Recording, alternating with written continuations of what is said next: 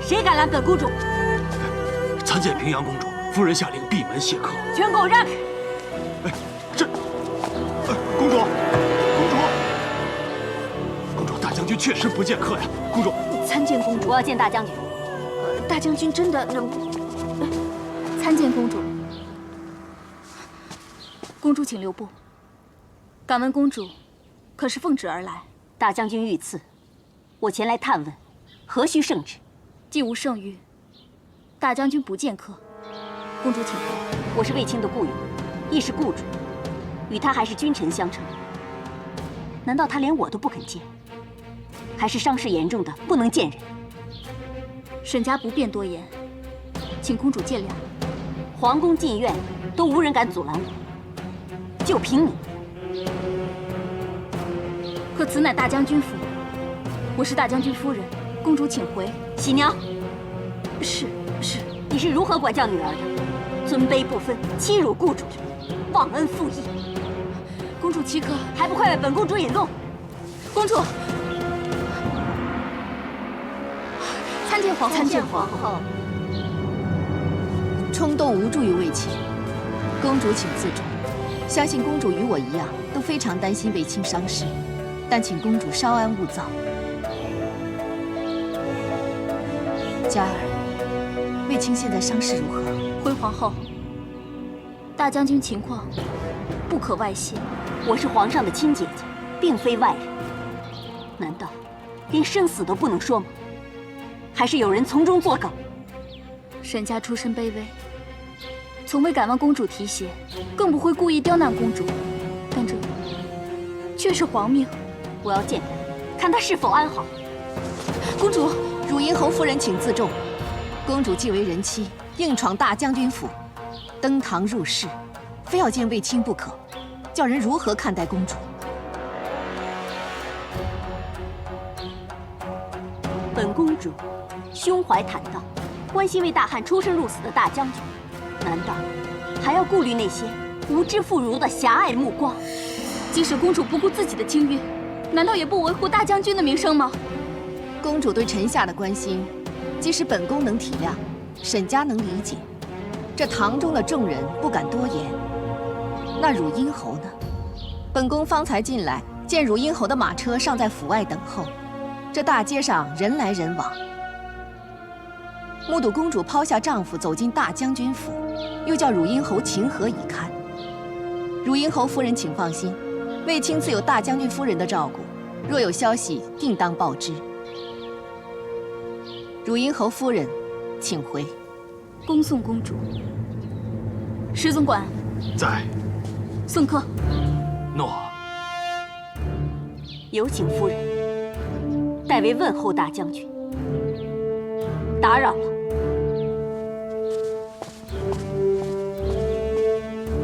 哎呦，吓死我了！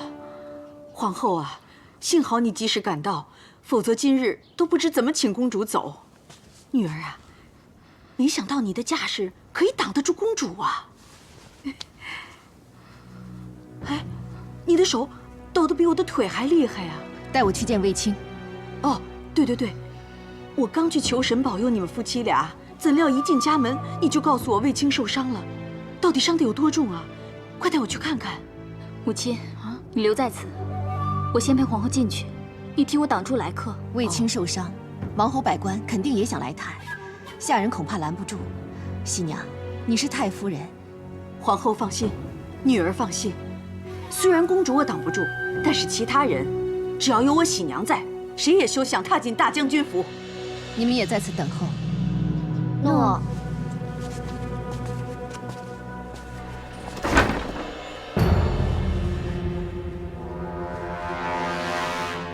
卫青自出门和段大哥练剑，就一直不曾回府。传出他受伤消息后，我只是受命守府挡客，却一直无人来传他的消息。我得知卫青受伤时，皇上在议事，我无处可问，就赶过来，却没有了解事情始末。你也是关心卫青，只是不知道他现在情况如何，伤得严不严重，有没有性命之忧啊？你别担心，我即刻回宫，向皇上问明白。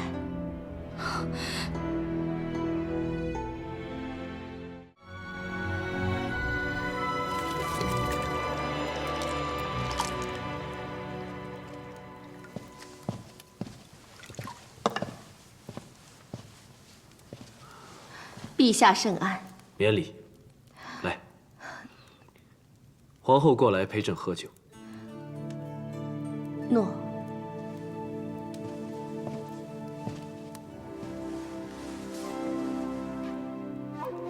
臣妾还以为朝事繁忙，想不到陛下有如此兴致。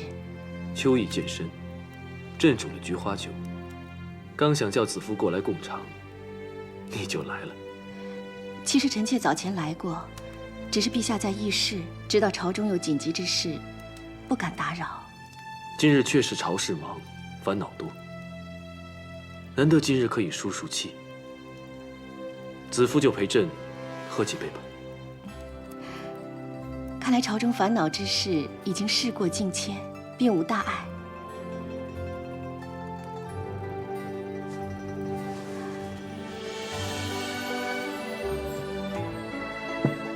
酒味如何？菊香四溢，沁人心脾。果然是好。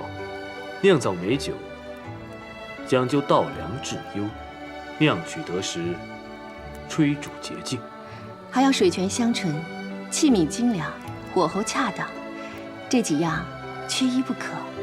可朕认为，这6物之外，尚有一点，就是安心静候。6物具备，就要将之封存，静待酝酿成酒。若执意在中途解封揭盖，那就会泄了酒香，坏了美事。既然陛下不欲接着酒中奥秘，却任由外间风言物语迭起，相信必有深意。酿酒繁琐复杂，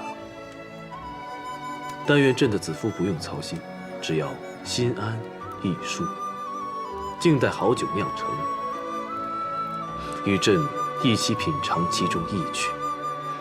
臣妾先谢陛下赐酒。既然陛下想听风赏物，臣妾也盼尽一份力。就让臣妾率领后宫众人素服斋戒，出城到高祖庙祭告，以助那风急雾浓，愿美酒早成。不愧是朕的子夫。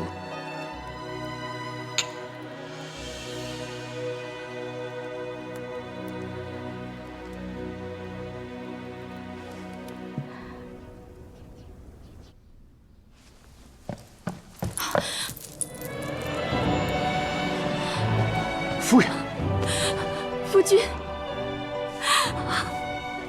见到你真是太好了。虽然姐姐叫我不用担心，安心在府中党课，可是一天没有见到你，我的心就是放不下。放心，放心吧，我们现在不就是相见了吗？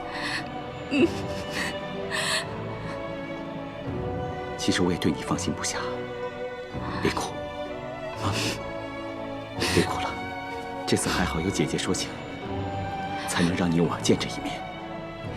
其实姐姐早就猜到，你和皇上是故意散播消息，她就带着嫔妃出城祭祖，让长安城内外都以为你危在旦夕。这次真要多谢谢姐姐，但更要感谢你。这段时间里，既要照顾家里老小，又要为我党课。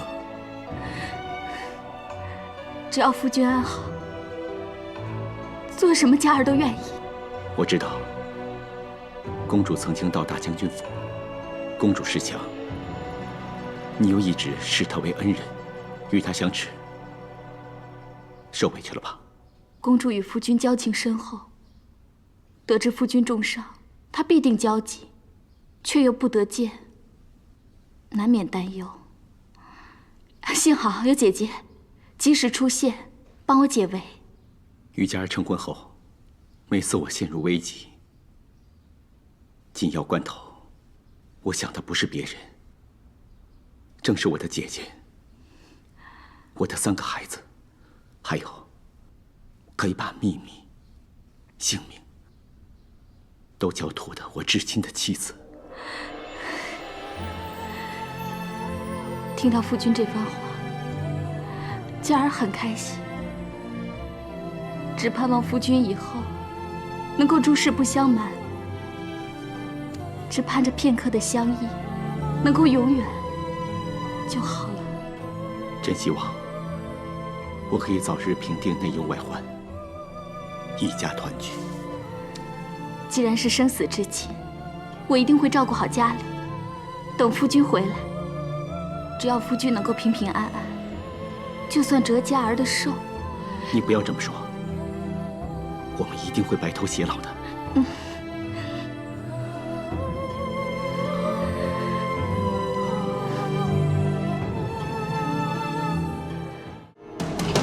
已经用上酸枣仁、龙齿、合欢皮这些药材了。王姬的经悸多梦、虚烦不眠之症还不见起色。皇后，梦魇乃心念所系，若要根治，还要知道王姬所忧所怕、所梦为何事啊？本宫也多番问他，连他自己也说不清心中所忧，更不知所梦为何物。真是令人忧心。皇上驾到！参见陛下。参见陛下。都免礼了。你先退下吧。诺，臣告退。约好了，朕今日与儿女们画马勺，朕可没有失约哦。多谢陛下百忙之中记挂此事。答应过你的事，朕怎么能忘呢？怎么你好像很疲惫？这阵子要劳心的事情不少吧？刚才是太医令报告众妃的健康，没什么吧？每月循例上告也没什么，只是王姬近来总是梦魇缠身，半夜惊醒不能入眠，即使用药也没见什么起色。她看上去纤纤若身，倒也需要多加注意。陛下要前去一探吗？朕也好一阵子没有去看她了。去也好，那你就先准备画马勺的用具，朕很快回来。诺。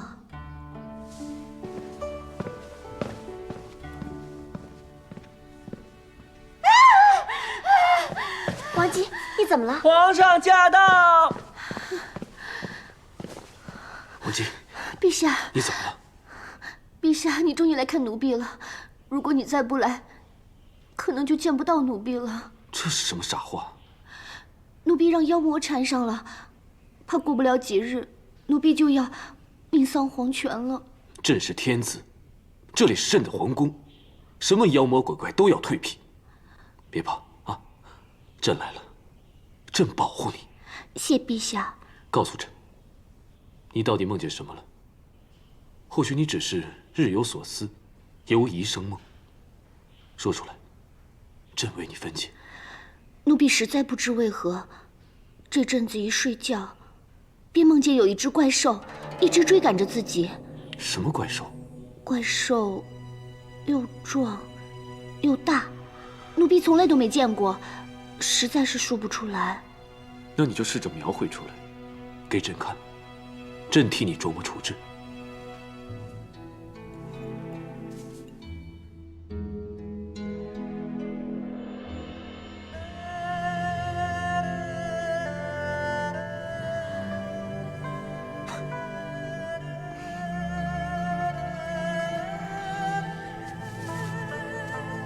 这个就是怪兽的耳朵，它就不停地追赶着奴婢。奴婢回头时，就见着耳朵的模样。来，接着画。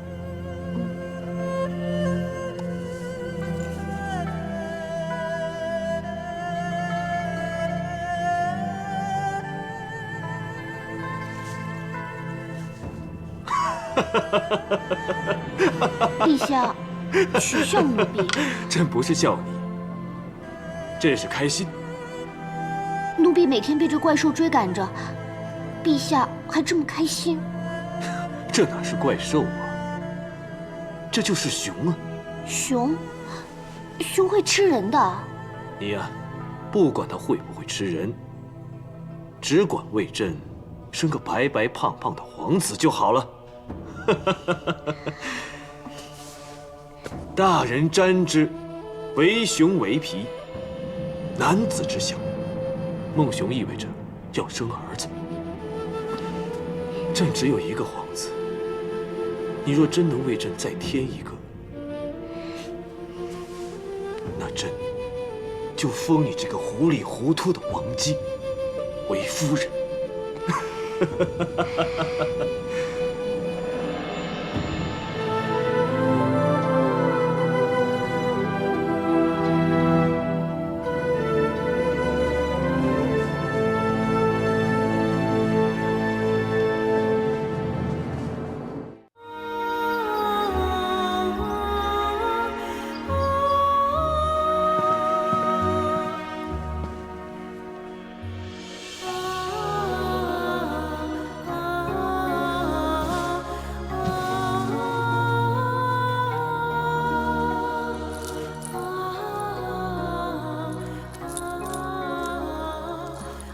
陛下，昨晚等了朕很久了，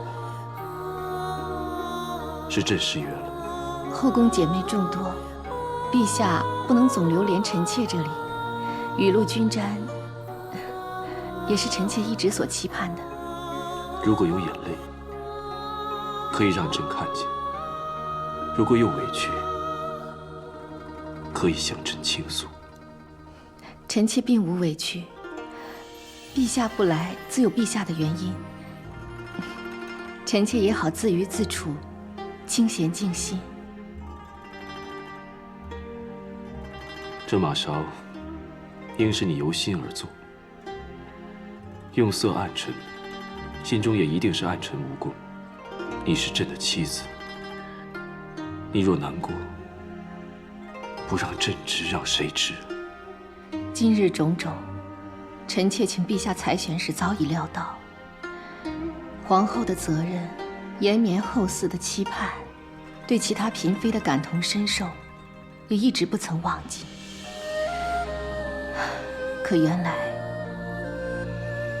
道理再明，气度再好，也抑制不了心中酸意。但朕作为你的夫君，朕倒喜欢看着你为朕吃醋。你要记住，不管今后如何，你在朕心中的地位永远不变。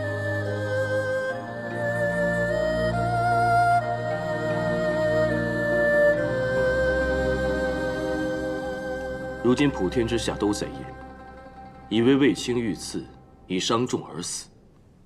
只是朕不敢发丧。淮南那边已经整装待发，一切按我们筹算而行。卫青已经布好了3道防线。第一道就是城高要道，刘安与衡山王不和，出兵必然绕过衡山王封地，那城高就是必经之路。但城高要道宽阔，刘安不难杀出，所以还有第2道防线，就是崤函。此处深险异常，乃天险所在。臣的密探来报，刘安多番与崤山以东各郡国联系，看来刘安是想以崤函作为据点，借兵力与天险突袭长安。卫青虽然在密室之中，却早已派亲信驻守崤函里外。此地关隘坚固，易守难攻。我军早着先机，伏兵于此，就可以将刘安全军覆没。好一个卫青！此次布阵看似守，实为攻。我们就以逸待劳，梦中捉鳖。启禀陛下，淮南王刘安的侍中雷贝跪于未央宫外求见陛下。此人乃刘安亲信，此时来长安，千万不要坏朕的大事。陛下，臣雷贝急奔长安，只为忠心效力陛下，不能坐视淮南王刘安图谋作反，悖逆无道，特前来禀告，望陛下挥兵征讨。淮南王在封地一直安分守己，爱民之名远播。你一个小小的郎中，竟敢以下犯上，若无凭证，便是诽谤亲王。臣并无诽谤，淮南王屯兵已久，伺机而为。早前大将军遇袭被刺，就是淮南王指使，旨在令汉军无帅，军心不稳呐。你当这是昏君吗？没料到这一切，不会预先埋下伏兵吗？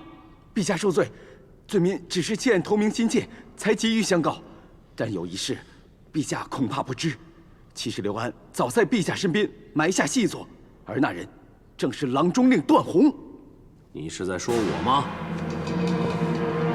陛下，段宏与刘安多次私会，透露陛下政策与布防，让刘安早做防备。来人，在！拿下！走！陛下，段宏背叛陛下，与刘安合谋，我只是坦言相告，为什么要抓我呀？那我也可以坦然相告，我与刘安种种交往，都是受于皇命。何况你自己不就是背逆君王吗？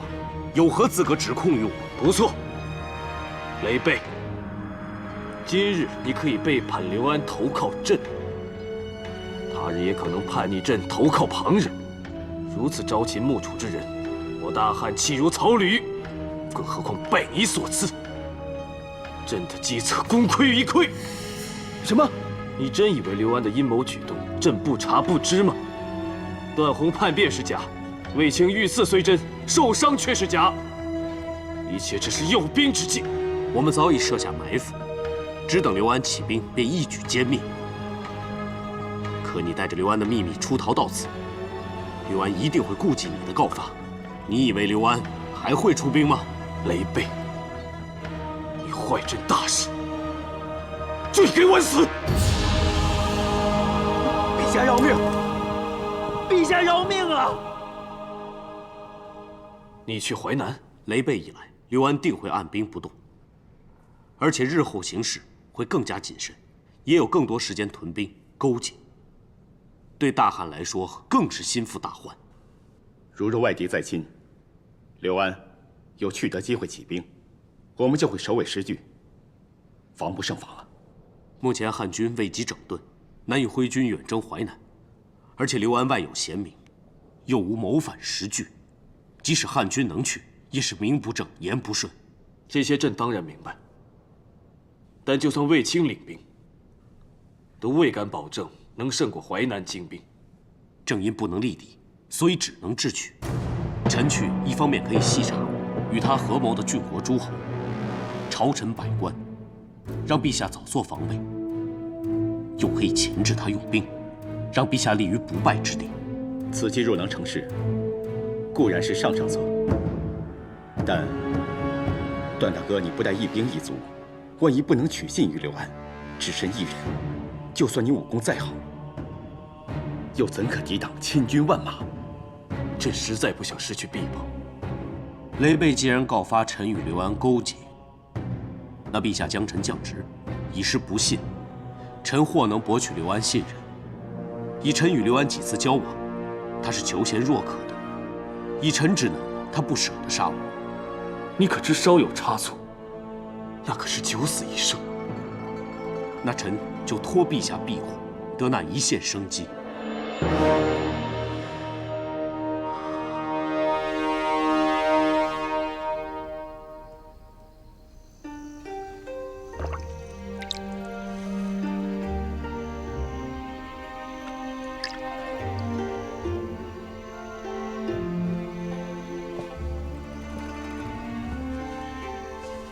参见皇后。段大哥，我正想去交房殿向你辞请，经过御河看到烛灯，相信是你，所以就过来了。我正是在为段大哥放灯祈福。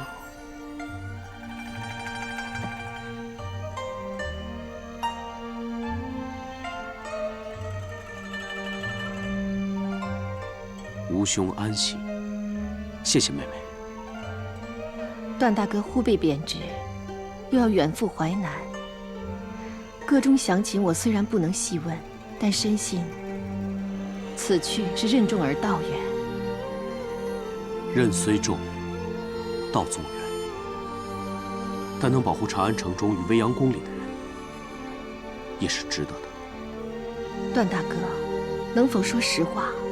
此去是否凶险极大？有妹妹的助导，哪怕什么凶险？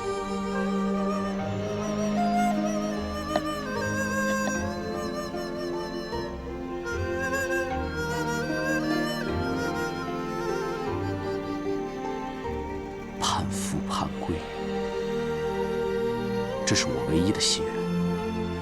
若能遂愿，我也别无他求。段大哥，段大叔的事，子夫定会继续留心，派人继续寻找。但段大哥必须要平安归来，才能父子团聚。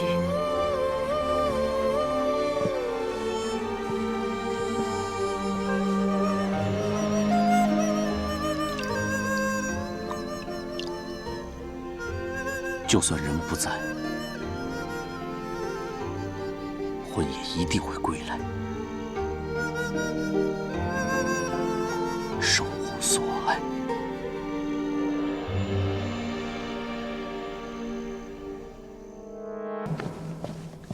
陛下，淮南送来密报。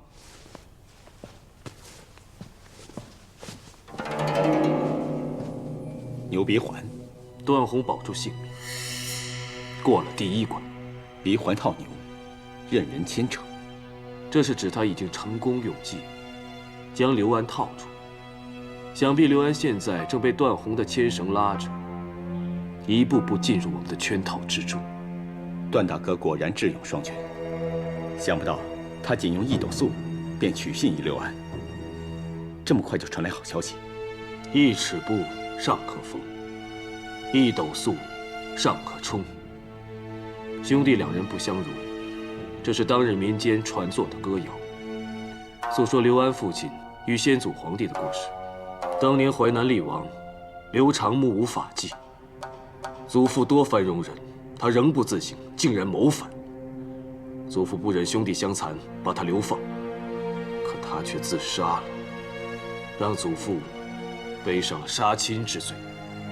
所以，段大哥再结2王丧父之恨，他们就自以为天生羽翼，自会同仇。我祖父哀怜他们丧父，不计前嫌，让他们得地封王。可他们兄弟不懂感恩，反击旧仇，与其父一样生谋反之心。朕若不将2人拿下，怎对得起先祖皇帝的在天之灵？如今，段大哥令2王歃血为盟，化干戈为玉帛，淮南王必会重用他。他表面拉拢，暗中却挑拨，定会让2兄弟两败俱伤，致内乱于未发之时。段宏办事，朕甚是放心。可惜那西北隐患依然蠢动，被打败1次，暂且退了。不过一会儿又卷土重来。陛下放心，既然段大哥已在淮南牵制而亡，国内无虞，卫青愿请旨出征，让外敌明白，他们每次犯边，都必大败，好叫他们以后安分守己。好，朕有你2人，何惧内忧外患？今次出征，就让霍去病跟你同去，让外敌知道我大汉多能人，一名少爷，足可叫他们丧胆。诺。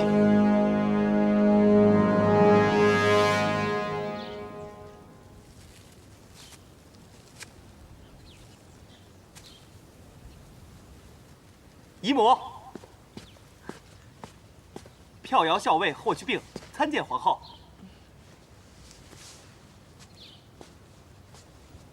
来，霍校尉，果真威武不群。当然，我早已不是当年那个病弱小儿了。有舅父教我骑射，又有段叔叔教我武功，如今我的骑术、剑术、武艺无一不精。你武艺固然高强，可是，毕竟还太年轻。年轻也可以有所作为啊！皇上16岁已登帝位，内敕纲为，外修信目。姨母放心，小小一场战役，霍去病应付有余。姨母就是担心你年少气盛，自负骄躁。皇上虽是16岁就登基，但他从小修文习武，熟读治理之法，通晓圣贤之言，所以如今治理天下，行事有理。可你呢，从不读兵书，亦不晓兵法。兵书上写的大多都是中原作战之法，但我身处大漠荒地，面对的是西域夷人，行军之法本就不同，而且作战主要靠的是谋略。若是一味拘泥于兵书兵法，反而失了适时应变之机。说的好像句句在理似的。可是战场上生死相拼，领军者肩负的不只是胜负荣辱，还有军中上上下下与边疆民众的性命安危。轻浮自大，只会害己害人。姨母啊，我从小就跟舅父出入军营，常听他讲解行军之术，外敌强烈之处，所有的兵法，去病早已谨记心中。何况啊，更有陛下分派的一营精兵，又有舅父领军指挥，去病我并非独行，更不能独断。姨母不用担心。看来，去病也不是只凭血气的莽夫，倒像个有勇有谋的将才。只是外敌凶猛善战，在战场上，你一定要戒骄戒躁。去病遵命。去病从小多病，多亏姨母悉心照料，如今才有机会上阵杀敌，建功立业。我霍去病一定凯旋归来，报答姨母的抚育之恩。平定外敌，固然是姨母所愿，但姨母最期望的是你可以平安归来，这才是对姨母最大的报答。姨母放心，我与舅父一定平安归来，且带着赫赫战功。姨母就在长安，等着我们的好消息吧。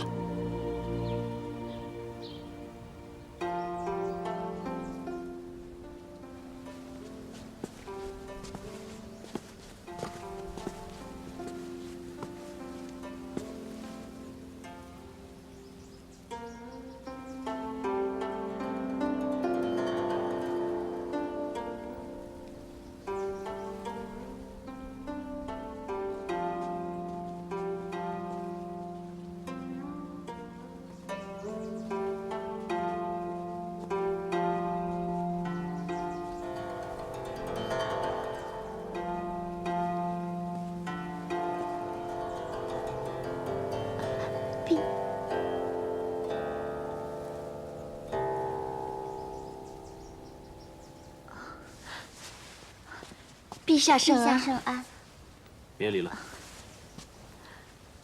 琴音是心，你的乐曲婉转悠扬，回音袅袅，如清风回旋于山谷之中，造诣不错。多谢陛下赞赏，奴婢奏的不过都是些小情小趣，哪里比得上陛下一曲能到天下？你听过朕奏琴？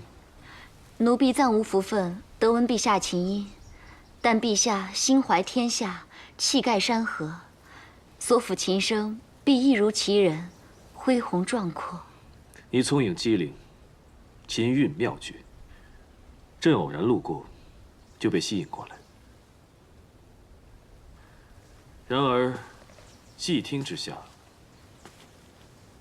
发觉当中既有悲怨，就似那清风想越过山谷而不得，让人忍不住叹息。奴婢小小伎俩，陛下全部都看透了。清风被困，琴音如诉。难道你是在以清风自比？奴婢不敢，只是觉得宫内样样都好，唯独高山流水，知音难寻。知音不见，伯牙绝弦。奴婢一路弹奏，心中滋嗟，不知这宫中可有人与奴婢共鸣一曲？要找知音又有何难？今夜我们不论礼法，只论知音。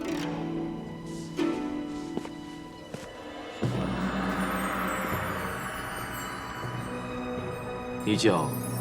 奴婢姜氏。姜姬。好。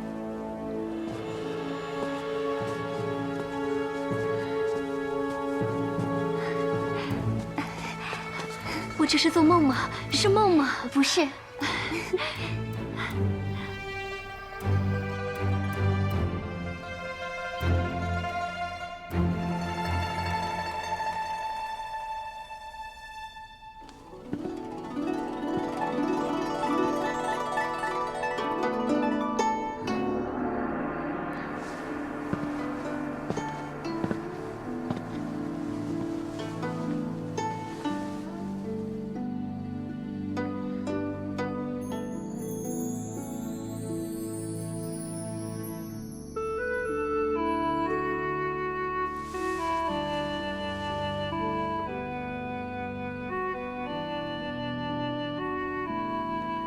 这是什么？这是奴婢入宫之前家人送的16玉坠，他们特意嘱咐奴婢，临幸之前挂在腰间，求得多子多福。这就成全你一个多子多福。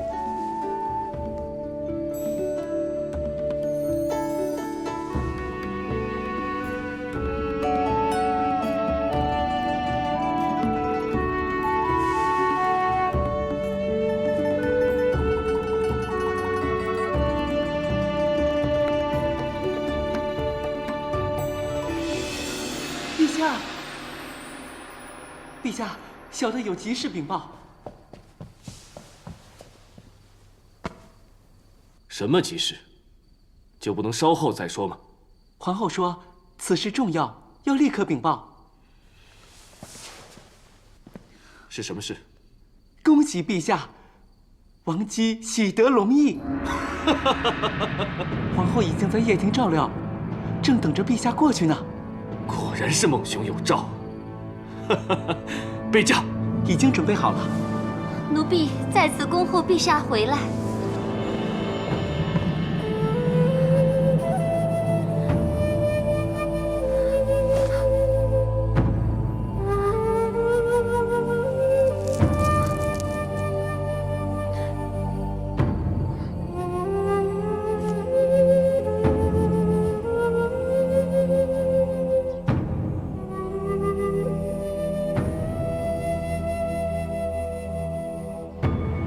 彻儿，他只有一个皇子，不够啊！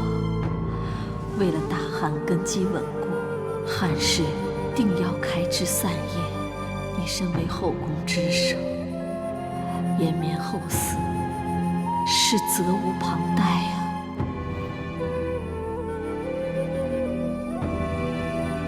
陛下，作为君主，有责任安定民心。臣妾虽身在后宫，可天下之事并非全无所知。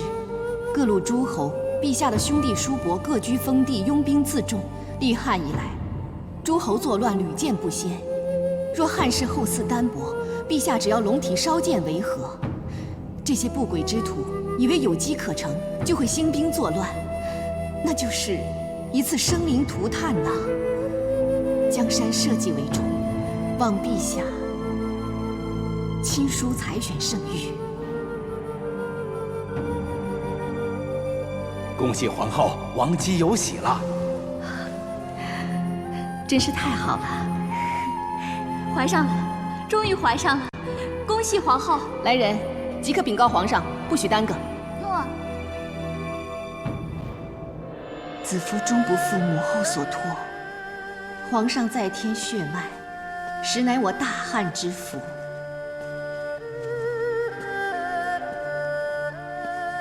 愿祖宗庇佑，保我汉室子嗣兴旺，国祚绵长。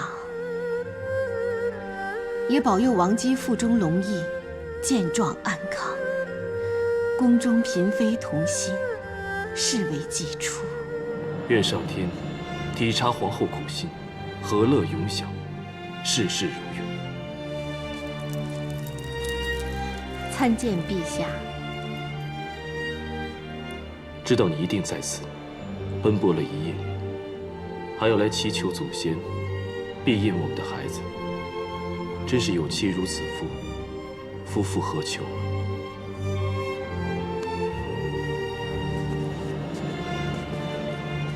芳华有命，不失懿德；荣宠加身，不忘世责。于平阳侯府，朕与你初时便风华落寞。后待你入宫，种种艰辛难以言说。只是你得召后宫，忠感天地，成为天下之母，自始至终都不正、不显、不露。你正是如此德行模范。陛下，臣妾怎可与太皇太后并谈？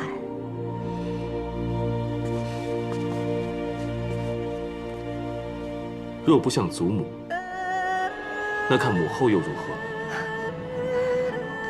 陛下，不要再捉弄臣妾了。两位太后皆是德彰天下，子夫望尘莫及。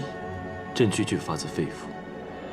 当日你何等大度，为了天下社稷，忘记苦劝，搬出汉室安危来压朕，想把朕这夫君推向他人。最初，朕真的不高兴，但如今，朕不得不承认，确实心安不少。多一个孩儿，大汉就稳固一点。而且朕也为你高兴。苍天不负，你终于圆了母后之托，得偿所愿了。看到陛下高兴，臣妾也心安了。那你告诉朕，你高兴吗？能不愧母后，不愧先祖，臣妾当然高兴。能为陛下稳固天下，臣妾更是高兴。深知陛下事事以子夫为念，关心子夫的感受，臣妾不只是高兴，那还有什么？无比幸福。这种安心喜乐，足以让子夫以后面对任何事情都甘之如饴。你放心，将来你面对的只会是福与乐，再也不会有从前种种的委屈与惊险了。子夫相信，有你这话就好。子夫，明日朕要离宫一趟。离宫？战事紧张，军饷调度，各郡响应都是制胜关键。朕想亲自料理。陛下亲理军情，那子夫也要效法太皇太后与母后，在此闭关，为我们的孩子祈福。有妻如此，朕就放心了。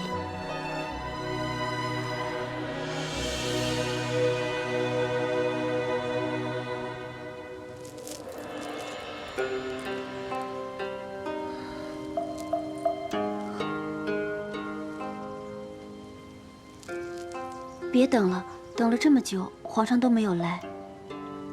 不，我一定要等到。皇上说过，会成全我一个多子多福。或许皇上真的是离宫办事去了，不如我先去打探真确，然后我们再来吧。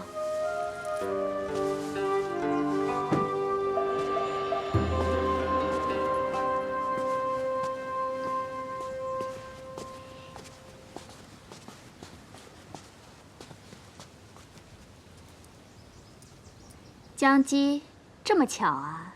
王姬也来散步啊。我自从怀孕之后，皇上牵挂得不得了，嘱我定时散步，我岂敢为止啊？这也是，龙胎当然要好好护佑，要不然也难向皇上交代。哎呦，江姬原来又是来弹琴呐！听闻先前你被召侍寝，是不是因为我妹妹怀孕的急报，坏了你的好梦啊？不过龙胎要紧，皇上自然紧张了。真是对不起姐姐了。对了，还没有恭喜妹妹呢。恭喜王姬喜怀龙子，愿龙子早日平平安安诞下，为大汉开枝散叶。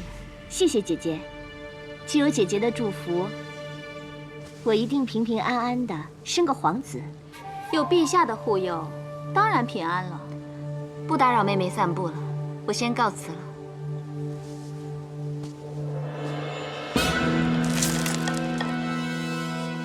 哎，这江姬，请留步。这玉珠是你的吧？怎么会掉下来呢？原来是我玉坠上的流苏珠散了。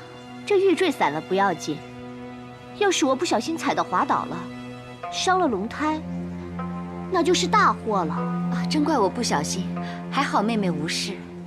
16玉坠啊，16多子，这下玉坠没了，那多子也没了吧？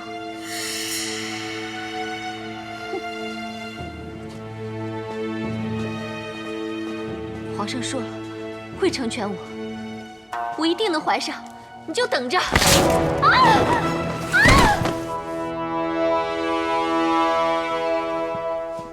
皇后万福，都免礼吧。谢皇后。奴婢已经准备好了沐浴和斋食，皇后先入内沐浴更衣吧。不急。诺。后宫事务有劳姐姐了，最近一切安好吧？还算如常，就是出了点小意外。江姬早前跌倒，伤及髋骨，或会影响将来生育。这阵子大小事情，众妃健康，我都一一记在册上，送呈了过来。那有劳姐姐陪我去配殿，我一边看一边问些详情。诺。皇后驾到！参见皇后。见皇后，快免礼。皇后，奴婢不争气，没脸见皇后了。你先别着急，有什么事你尽管跟我说。回皇后，实在不知道为什么会这样。妹妹这阵子就是这样病恹恹的，我们都以为怀孕就是这个样子。方才午膳后，就突然见血。可有传御医？传了。慢着，上前来。皇后有何吩咐？你的身上有月季花香，非你该有。奴婢该死。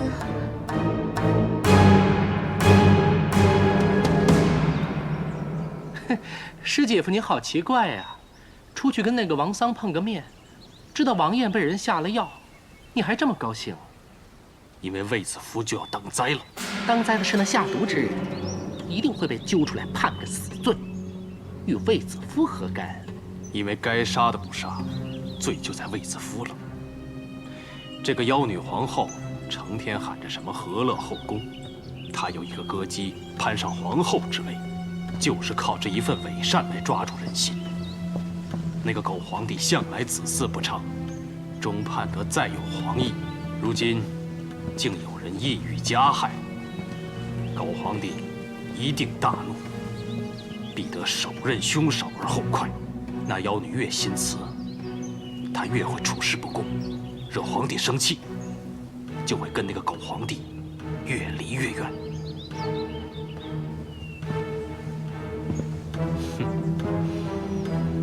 这场好戏，我真想亲眼目睹。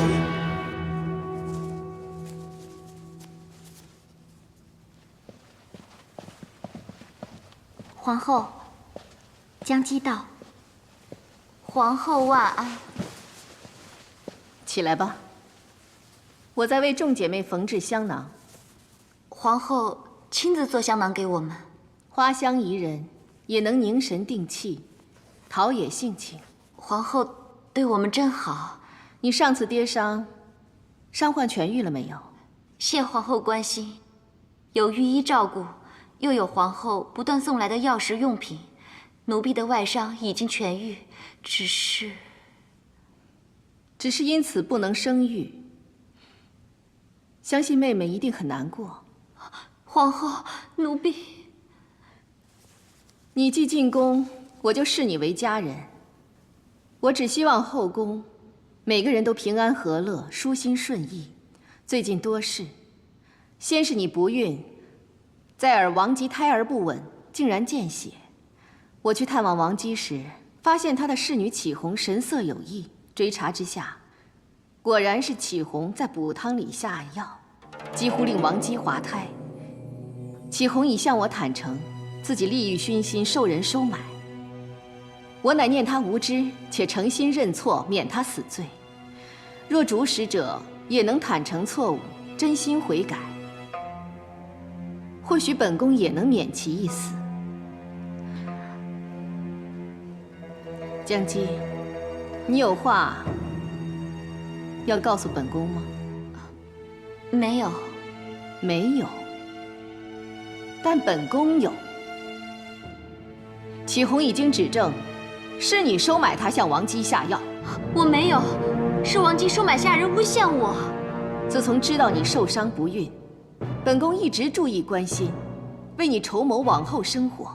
不管是出宫重获新生，还是留在宫里继续生活，本宫都会按你意愿尽力安排。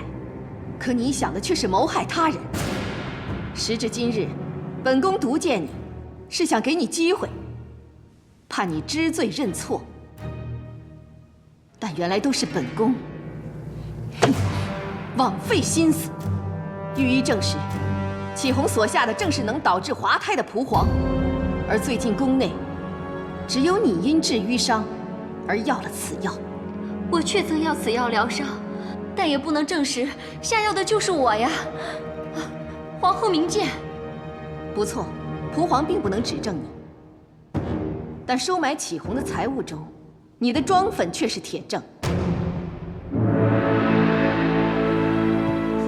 这月季花香粉，奇香无比，但仅有一盒，唯你独有。你以此粉收买启宏，当中的月季花香却揭发了你，还要我拿出其他证据吗？皇后饶命，奴婢只是一时冲动，想要泄愤，并非存心害人。泄愤？奴婢入宫以来，从未受到宠幸，皇上连奴婢是谁都不记得，难得可以侍寝，却因王姬怀孕而告吹。本已难过，又被王姬姐妹所弃，跌倒，以致不孕。后宫之中，个人有个人的境遇。历代以来，恩宠尊荣、儿女成群的又有几个？凄凉的远不止你一个。你却诿过他人，更蒙歹心害人。可当日确实是因为王姬姐妹言辞侮辱，奴婢才会气急而跌倒。想到将来无儿无宠，在宫内孤独老死的凄凉，全因王姬而起，而她却受宠怀孕，无比风光。奴婢只是一时怨恨迷心，才会犯下这谋害皇嗣的死罪。奴婢知错了，奴婢闯下大祸，请皇后恕罪。其实奴婢除了为自己出口气，也是为皇后。那王姬名位未尊，一朝得宠，已经霸道嚣张。他日若诞下皇子，恐怕不止侮辱欺凌众姐妹，更会动摇皇后与皇子的地位啊！奴婢真是诚心维护皇后和皇子，只要皇后饶恕奴婢，江柔以后尽听皇后差遣。皇后一向宽容待下，即使饶恕奴婢，也不会招人疑心。放肆！我宽容待下，竟让你窃此狡辩。本宫真心把你们看作家人，王姬与你我共侍一军，她的孩子也是你我的孩子。你伤害的不只是大汉的皇嗣，也是自己的孩子，天理难容。奴婢知错了，皇后宅心仁慈，厚道敏恤，不会杀人的，不会杀奴婢的。本宫的仁慈，本宫的敏恤，竟成为你狠杀孩子的仗势，那本宫更要严正执法，绝不能姑息养奸，不让心存歹念的人贻害后宫。来人！在。江姬谋害龙羿，论罪当斩，把他拉下去，后斩。皇上驾到！陛下救命啊！参见陛下。陛下圣安。都免礼。谢陛下。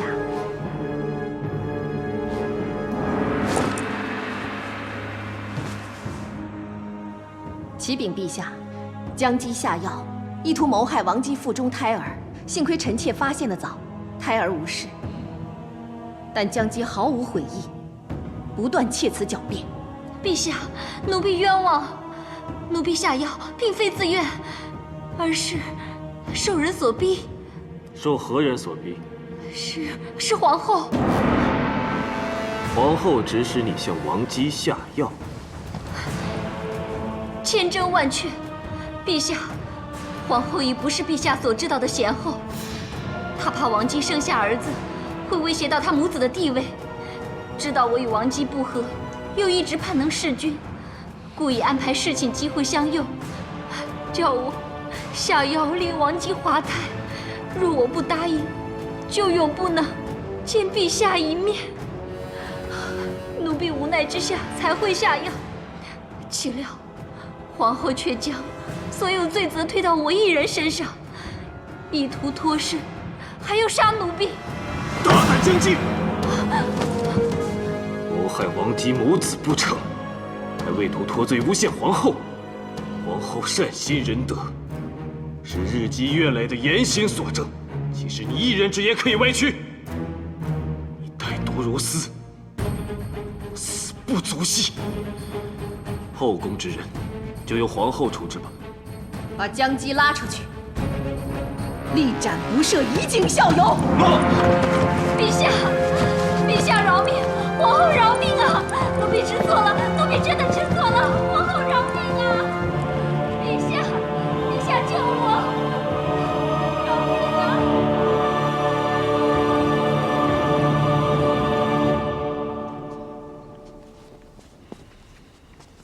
皇后，你看这皇城多美。是啊，只可惜姜姬殒命，再看不到眼前这美景了。假如臣妾能及早察觉姜姬品行，不选她入宫，她此时或能在家乡过安稳日子。皇后可知，朕方才为何要听他那番窃语诡辩？臣妾知道，陛下是要臣妾看清楚姜姬的狡诈，以免臣妾因杀他而难受。如此狠毒之人，即便没有入宫，在民间也会多行不义，自寻死路。以皇后之人，也要狠心严杀，必定死有余辜。他执迷不悔，臣妾当然不会姑息。只是他的死，让臣妾明白“皇后”二字，实有千斤之重。一念间，一句话，就是一条命啊！居高位者，权力与尊荣背后，就是这千斤之重。但由你与朕一起承担。朕勤政安民，平定天下；你传德后宫，教化万民。你我同行共勉。指望臣妾能不负陛下所托，臣妾今后会更用心。臣妾坚信，滴水可穿石。但愿王后能止祸患于未发。还记得当日说的比试吗？富国安邦，乃朕之志；而和乐后宫是皇后之愿。你我就此立约，同岁之约，以此生为期。不达者罚。好，不达者罚。此生为期。此生此世，与你白首偕老，共枕盟约。陛下。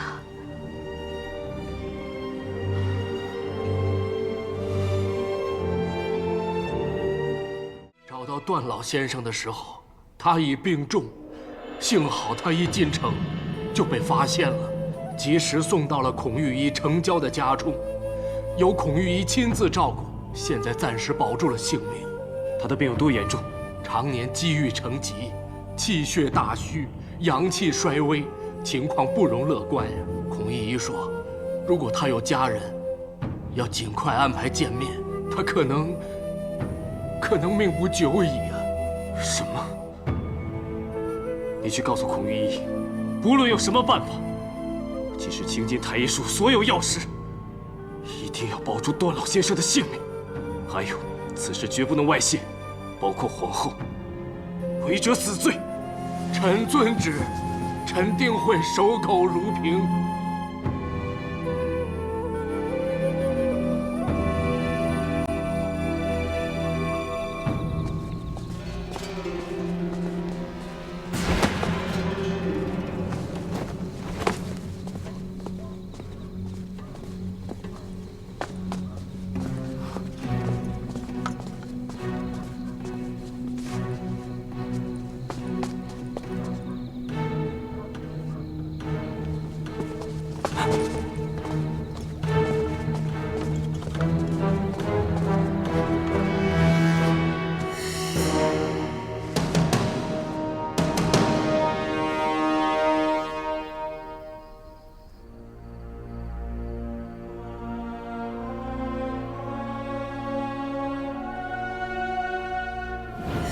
段老先生血弱气尽，药石无效，臣等也无能为力，求陛下恕罪。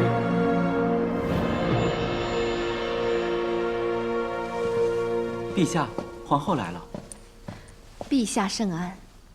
陛下，臣妾的亲兵查探到，有个叫段忠的老人家最近现身长安，他应该是段大哥的父亲。确有此事。陛下知道，想必已经派人找到。确实已经找到了。太好了，那赶紧派人把他接进宫来，静待段大哥回来相认，臣妾也好见见他，谢他当年赠饭之恩。不用了，人已经死了。什么？死了？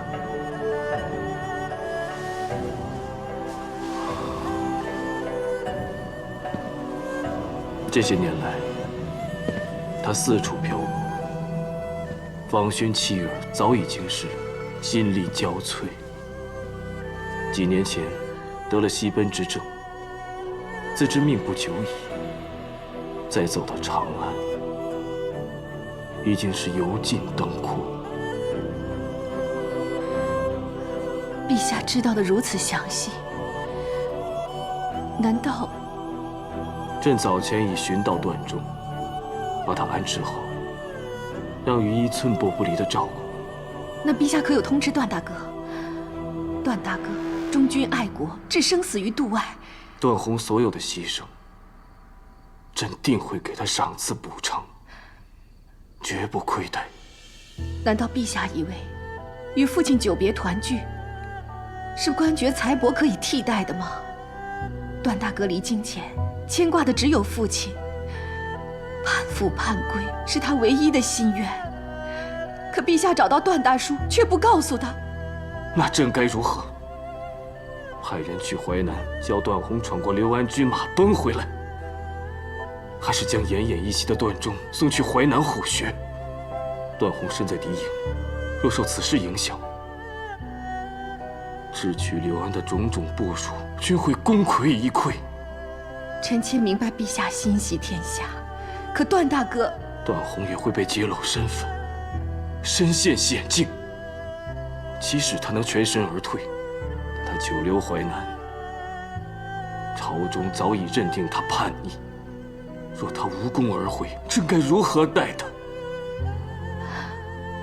陛下顾虑周全，是臣妾未有细思。你既视他为大哥，就应该想到，若知真相，他定陷于忠孝难全的困境中，你可忍心？朕宁为他承担不仁的骂名，免他为难于忠孝间的抉择。朕也错了。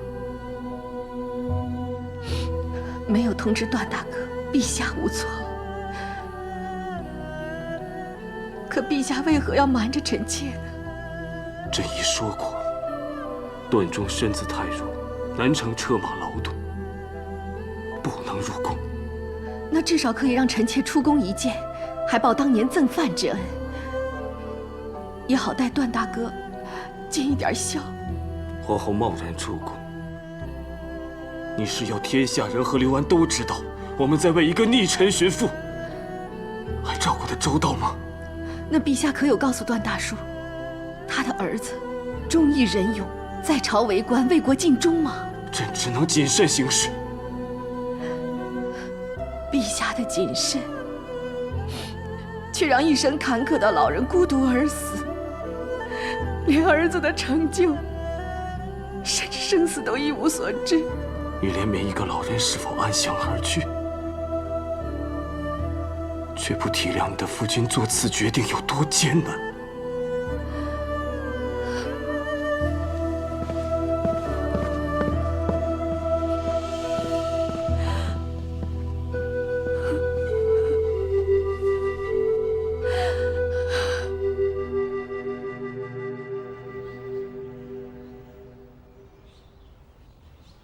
又要钱，只是要他们散布几句谣言，值不值千金啊？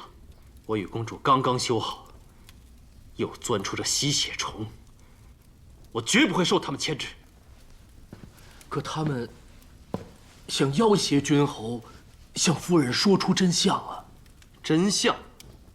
你告诉他们，即使受我夏侯颇指使，但公主与卫青有染，联合卫氏姐弟左右朝氏的种种谣言，都是出于他们的口。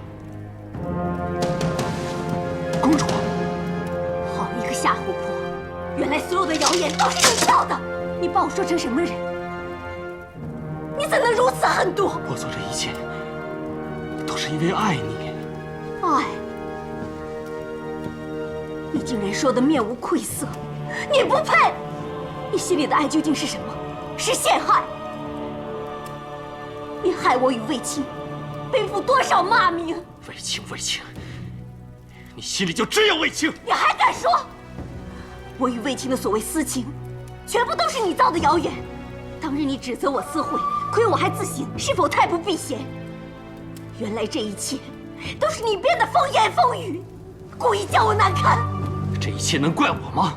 早在曹石死时，我遇你前，你们两个的事情已经传遍长安城了。什么君侯一事，鸾凤于飞，这些全是污蔑之词，也不是空穴来风吧？我若不这么做，怎能博得你的青睐？你的意思是，既然我轻于一回，你多说几句，多踩几脚也无所谓。你到底是什么人？你可知道，勾结外戚，意图谋反是死罪。如果不是皇上信任我，你的所作所为不仅得不到我，更会要我的命啊！公主如今不是完全无缺，和皇上姐弟情深吗？你句句辩解，却句句更显你的卑劣。自始至终，你根本就是在算计我，算准我疼惜香儿，你就去寻粮食；算准我疼爱弟弟，你就向他奉军饷。我以为你诚心，本想以心相待，原来只是应了你的算计。以心相待？你何曾对我以心相待？你为何嫁我？扪心自问，你嫁我是为了忘情，我忍；你当着我的亲朋让我难堪，我忍；卫青出事，你硬闯大将军府，不顾我这个夫君的感受，我也忍了。忍？我此次回来，是你说不计前嫌，重新开始。原来你根本没有忘记。是，我忘不了。如今你为当年的谣言，把我的爱意心思践踏殆尽，我更忍不了。你人在汝阴，心却在长安那个马奴处，你还好意思怪我？我夏侯颇，堂堂汝阴侯，本可美人尽报，何必独尊你一个？你说夫若磐石，坚而不移。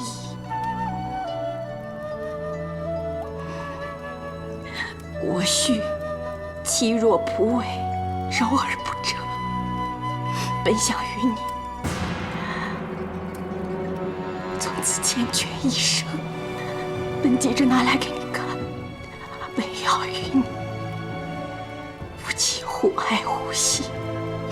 幸好我因此知道嫁的是个只求私欲、不择手段、为过于人，还以爱做借口，那我就不必错付感情，一切已成覆水。从今与你锦断不复。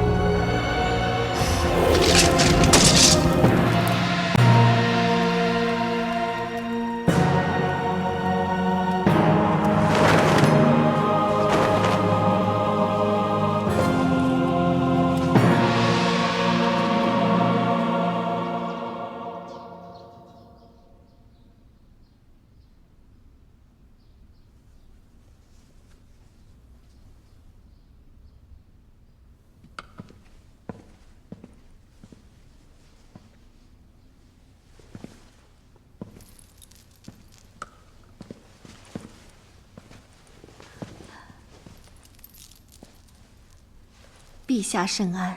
皇后免礼。谢陛下。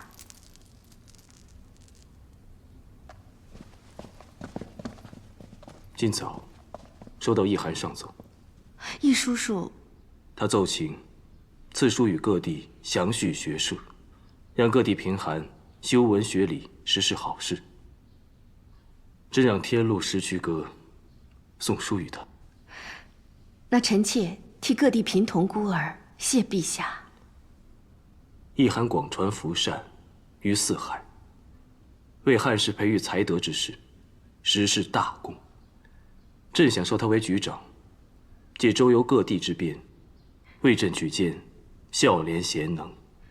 懿叔叔深谙民意，举荐之人定是贤良方正，可助我汉室平定民安。方才见你在专注作画，在画些什么？是为段大叔盖棺的帛画。哦，是吗？帛画盖棺，引魂飞天，皇后辛苦了。不辛苦。这天上与地下两部分，是宫中画工所制。臣妾也只是做了中段的人间部分，以为段大叔之灵。陛下日理万机，还要做各种艰难的决定，顾虑臣妾与众人的难处，一定更辛苦。人间部分是死者生前事迹。皇后认识段老先生，由你来作画，确实合适。久未与段大叔共处，只记得他教段大哥吹埙，抒发情感。这父子吹埙，画得很生动。看来你花了不少精神。段大叔生前，子夫未能报他深恩。如今人已仙逝，子夫能做的，只是静心斋戒，为他做着帛画。你正斋戒？臣妾只是想静心做着帛画，引之飞升，让段大叔含笑9天，那样，段大哥从淮南归来知道，也有所安慰。陛下若要在交房殿用膳，臣妾吩咐厨房准备荤菜。不用了。皇后斋戒，朕怎好在旁吃荤？而且朕还有些奏折要看，不耽误皇后作画了。皇后莫太操劳就好。陛下，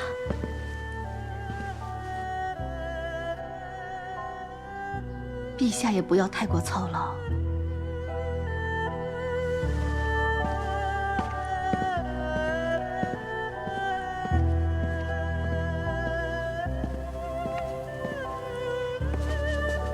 陛下，那道凤池凌霜已经准备好了，还有陛下特意为皇后张罗的几鼎美食，也都已经……不用了。皇后斋戒，不要扰她静心。摆驾飞长殿。陛下，那臣就把食物送到飞长殿。不用了，朕不想吃。可是陛下，当中那进贡的羊卤已经温热，恐怕是无法保存啊。王姬怀孕辛苦，送去给她补补身体吧。诺。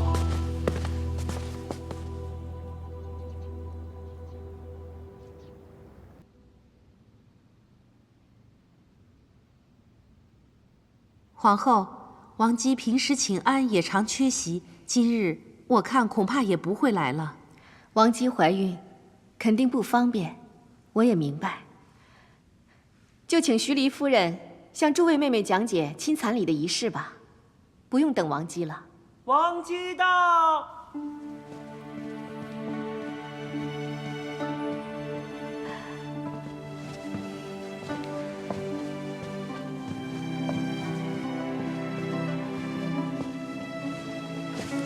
参见皇后。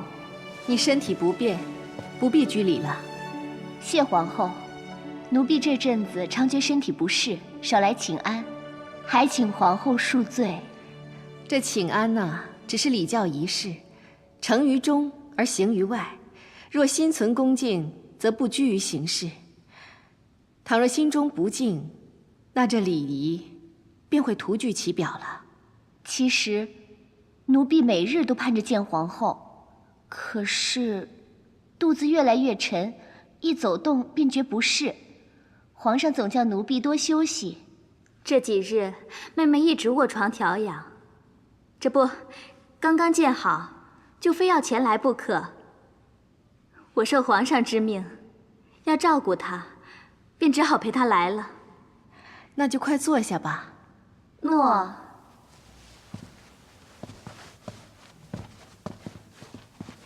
今日御医可有诊断？一切安好吧？回皇后，一切安好。多谢皇后一直关怀，常送药膳给奴婢养胎。只不知奴婢是不是虚不受补，吃了还是倦怠气弱。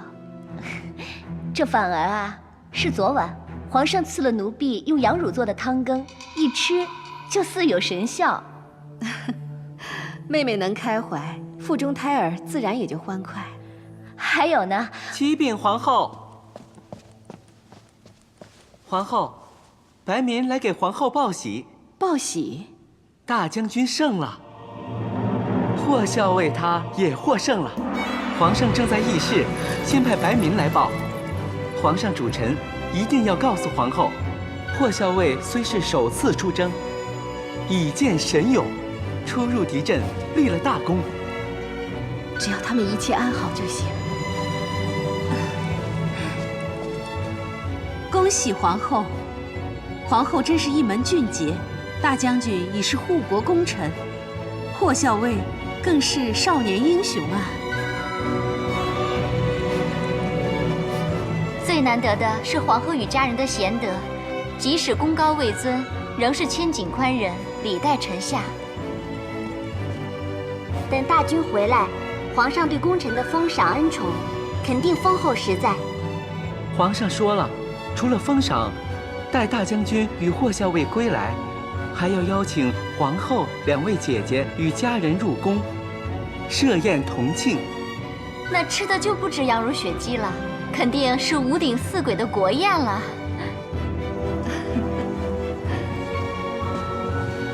恭喜皇后！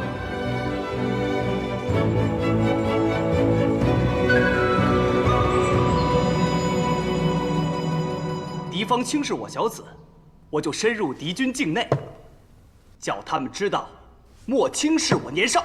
好，就800人，进他数百里，歼敌军2000多人。好啊！最重要的是无恙归来。姨母，去病履行承诺，平安归来了。皇后不必担心，卫青果敢，去病骁勇，他们2人都是朕的钢铁臂膀。姨母可知，去病此次还手刃敌人的相国、当户，他们除了闻舅父便落荒而逃，也会因为我霍去病的名字而闻风丧胆啊！是啊，就属他最勇猛，一直往前冲，我拦都拦不住啊！大将军，你这样说会吓坏姐姐。去病，你不是答应过不会冲动鲁莽吗？姨母放心，去病是依据形势才单刀直入，还连立2功呢。皇后，去病神勇，连凶悍外敌都怕，确实领我汉军扬威大漠，不能轻看的勇将啊！这小子有陛下包庇，臣妾怎敢轻看呢？这就好。霍去病听风。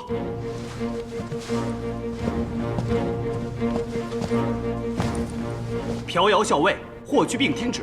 霍去病虽是初生牛犊，但此仗大败外敌，勇冠3军，朕就封你为冠军侯。食邑1600户，赐府邸。谢陛下封侯赐邑。然而，陛下赐府，去病愧不敢受。为什么？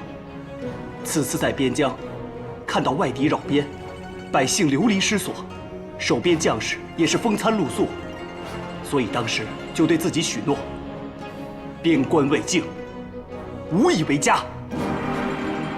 说得好，不亏朕对你姑息已重。这府邸朕记住了，他召你靖边歼敌之日，就是朕赠府之时。谢陛下隆恩。起来吧，子父，你别怪朕对他偏心。我们这医生确有过人之处，还有我们的弟弟，金番领军也是功不可没。赐千金，哎，都免了。谢陛下。谢陛下。好啊，我们的家人都大显才干，功勋盖世。带你两位姐姐进宫，今日的家宴就圆满完成了。陛下，陛下对臣妾所尽的心，臣妾敏感五内。叫。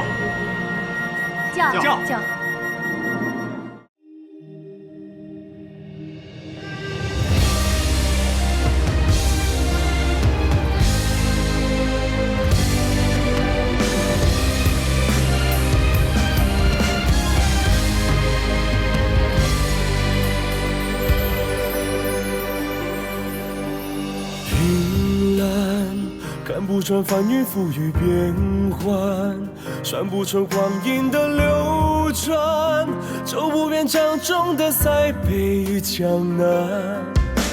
诗篇写不完千头万绪纠缠，数不尽百转千回循环，道不尽一生的荣耀与悲欢，有多少能永远？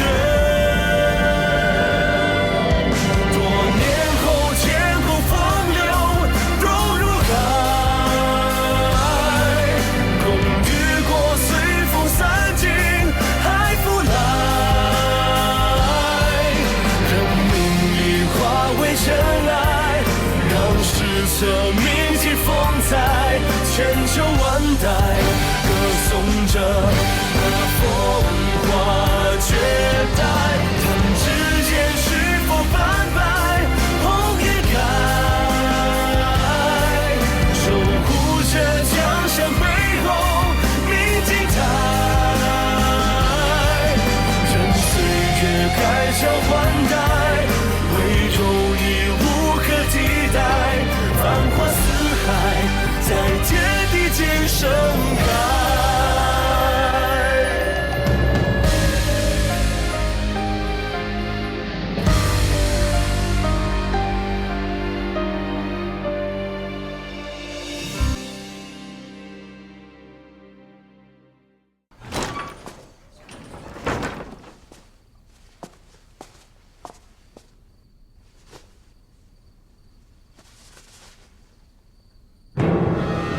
谁？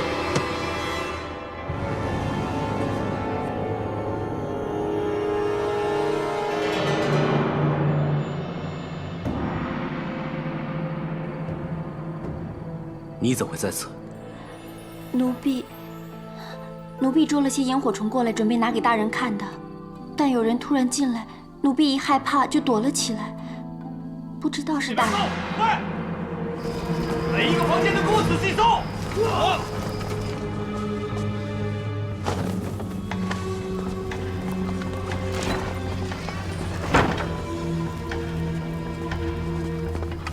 王太子，何事紧张啊？守卫发现有一黑衣人闯入王宫，朝这边来，相信正躲在附近。段兄弟不用担心，让我们进去搜找就好。啊，我一直在寝室休息，没有发现任何异样。我相信应该不会在这边。既然段兄弟已经睡下了，想必有人闯入也未必察觉。以策安全，搜！我。给我搜！太子殿下，什么人？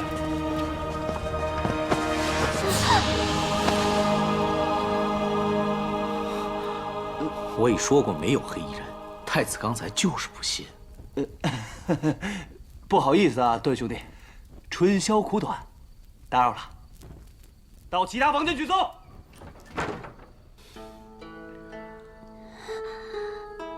李姬，谢谢你。大人人什么都不用说，不管各种情由是何，奴婢不想知道。奴婢只相信段大哥的为人，无论何事，立即必会鼎力相助。大人安全，奴婢就安心了。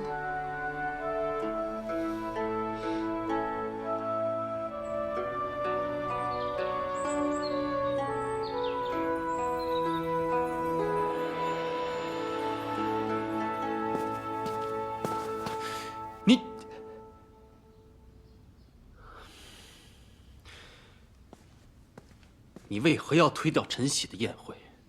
我不早跟你说过了？思和没回复君侯吗？还是他没向你说清楚？很清楚，你另有约会吗？你日日都有雅兴，不是赋诗句，就是去书籍，唯独我的好友宴会，却请不动你。你生气，是要我不好过，可这扫的不只是我的面子，也是你公主的颜面。这陈喜，好歹也是你皇叔淮南王的亲信，你3番4次推辞，不怕人家说你目中无人，礼教全无吗？你是谁呀？我为什么要你不好过？淮南王被我弟弟困在封地，我已经同他少有来往，更何况是他的属下。至于我，真有劳汝阴侯操心了，连与人有染、擅夺朝政这种坏名声都能够担上了，我又何妨再多担个目中无人、礼教全无的名声？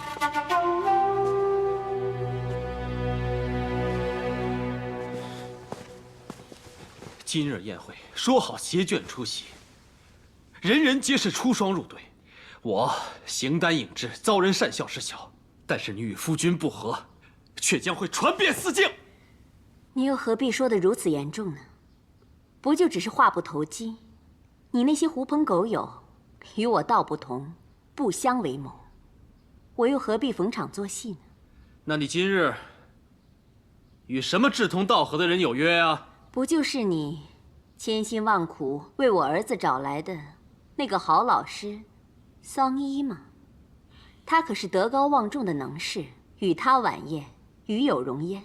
我当然要推掉一些无聊的宴会。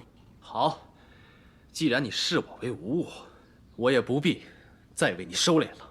若以后公主见到肤若白玉、明眸皓齿的俏佳人，在我的马车上，或者床榻上，也就不必惊讶。你这无耻之徒！既然道不同，以后你找你的文人雅士，我会我的狐朋狗友，你我各不相干。哼！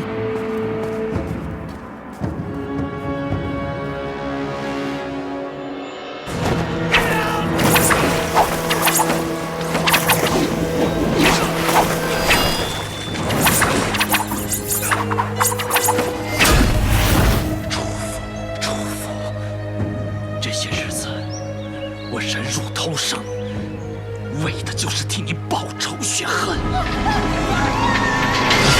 当日在此所立誓言，我每日默念，此仇此恨，我不敢有丝毫淡忘。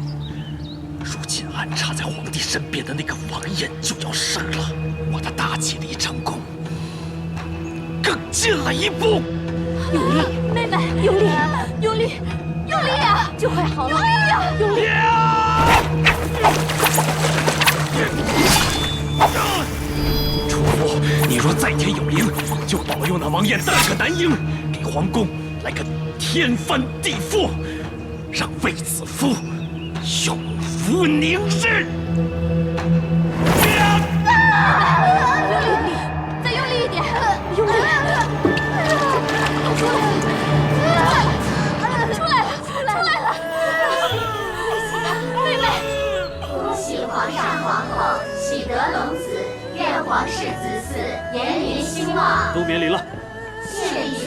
陛下，皇子很乖巧，都不哭闹呢。参见陛下，参见。啊，免礼了，免礼了。你现在啊，就该好好的调理身子。后宫的姐妹们都为你高兴，托我来祝福呢。谢谢皇后与宫中的各位姐姐。你现在啊，已为人母，就更要贤德律己，与后宫众人互敬互重，和乐共处，为儿子做榜样。奴婢谨遵皇后教诲。皇后，你也过来抱抱朕的孩子。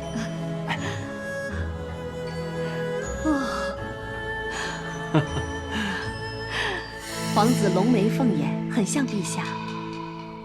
朕倒觉得他像菊儿。你说该起个什么名字？陛下觉得呢？就取鸿门的鸿字如何？宏达者，聪慧博学；鸿门者，黄门也。这皇家之子定是学富五车的渊博贤达。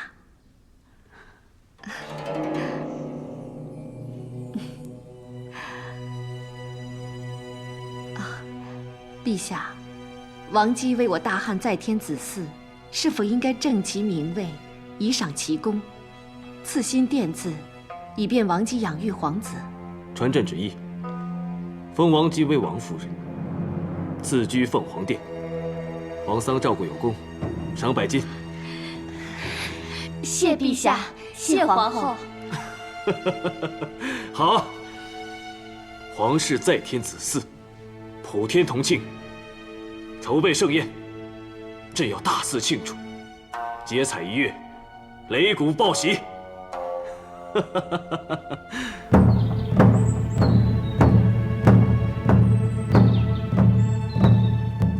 今日15，大日已至，八方神仙与我神力，四方天兵前来相助，捉刘安，攻陷长安，顺天意，经大道，取代刘彻，登为新皇。即使天兵神仙，也不会助大王逆天而行。你怎么进来的？怎会知我密事？久居淮南王宫，这里的一草一木、一兵一马，有什么我不知道？哼！以往每日午时总南巡大王踪影，只要稍微注意，不难探知你在这里装神弄鬼、做法求仙，做你的春秋大梦。原来你真的是刘彻的奸细！什么奸细？我是名正言顺由皇上派来，平乱除奸的特使。呸！你凭什么？就凭大汉皇帝的圣旨。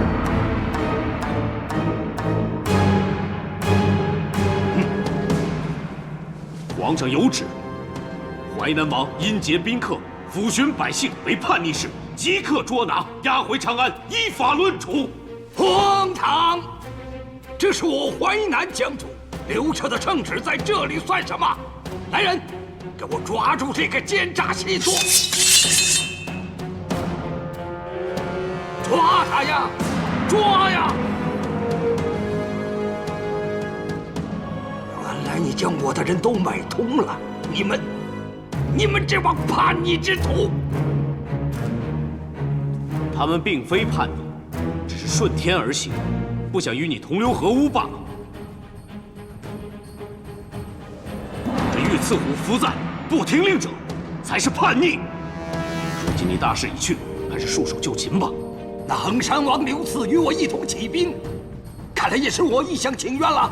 段某前不久已经告诉刘赐我，你坐拥江山之后，根本不欲信守盟约，既不打算封他为相，亦不会重用其子，而是伺机杀他，吞并其风头。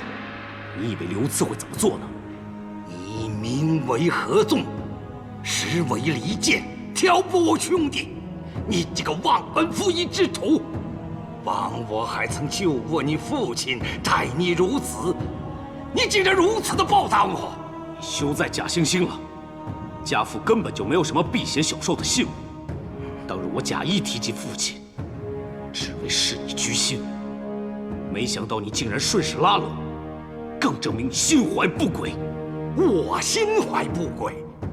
那狗皇帝所作所为，那就是光明正大。你那两位好友，窦婴、灌夫，为刘彻效忠卖命，最后落得怎样的下场？我只有灌夫，骂作本并不至于死罪，就因为他知道你与田汾合谋作反，才会被害而下死狱。但是下旨杀他的是刘彻，刘彻杀的还有窦婴。当初是合情一众，但是一个诬陷说辞就随意生杀，这样的皇帝，值得你为他出生入死吗？天下厚颜无耻莫过于你。窦大人并非被皇上赐死，而是他一片担心，为天下万民甘以死诱，让田汾疏于防范，以便抓住你这与他谋反的逆贼，再牺牲自己。看来你们还真是用心良苦啊！窦大人以己性命，免百姓于战祸，忠诚可敬。皇上早已承诺，把你押回长安正法之日，就是共济忠烈之时。你以为制住了我，就可以回长安邀功了？你可以买通这几个兵卒，却不能买通整个淮南。是吗？参见大人，淮南各城已降，刘建已交出兵权。时道寡助，刘赐倒戈，连你的孙儿刘建都归降大汉。我劝你还是不要做无谓的挣扎。从一开始，你就对我提推恩令，就已经在谋算我了。离间我与孙儿亲信的关系，你好狠毒啊！若非你只重权位利益，不顾亲情，又岂会自陷众叛亲离的境地呢？你们跟随那狗皇帝，只有死路一条。刘安起义是替天行道啊！你若俯首就擒，我也不会为难；若你执迷不悟，我便不会让你逃出此事。此乃窦大人所赠宝剑，你若反抗，我便以此手刃你这叛贼。要杀我吗？可杀了我也阻止不了刘彻的败亡。淮南重兵皆握在我儿子刘谦的手上，现在应该已经出发攻长安了。我谦儿才是秉承天命的真天子，他定会为我报仇，灭尽你们这帮狗皇帝的兵马。恐怕你的谦儿也不能助你，因为他早已身首异处。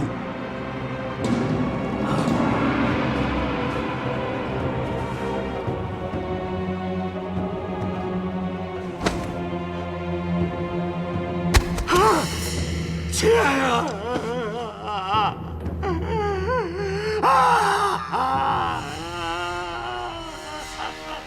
众将听令，在。五福在此，将叛贼刘安拿下，押回长安以正法。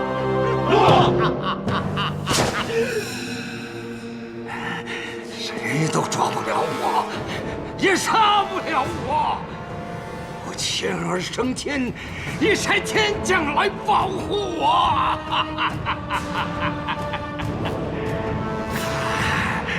完全天将围绕着我，护卫着我。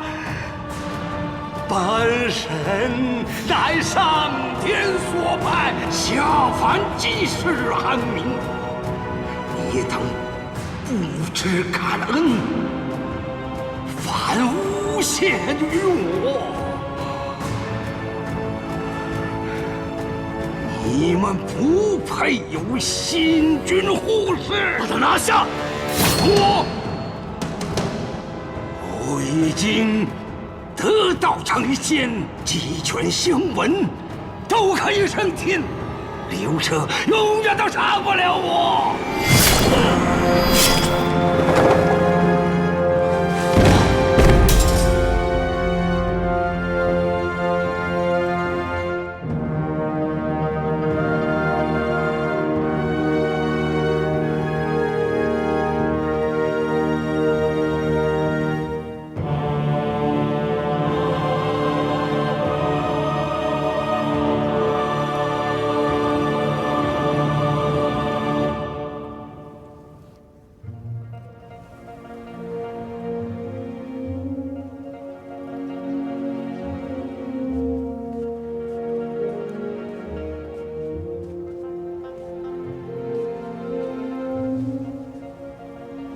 参见陛下。臣没有失信于陛下，淮南叛乱已经平静。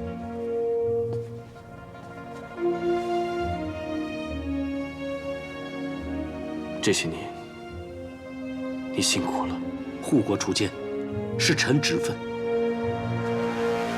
陛下交给臣这虎符，足以证明陛下对臣的信任。臣即肝脑涂地，无以为报。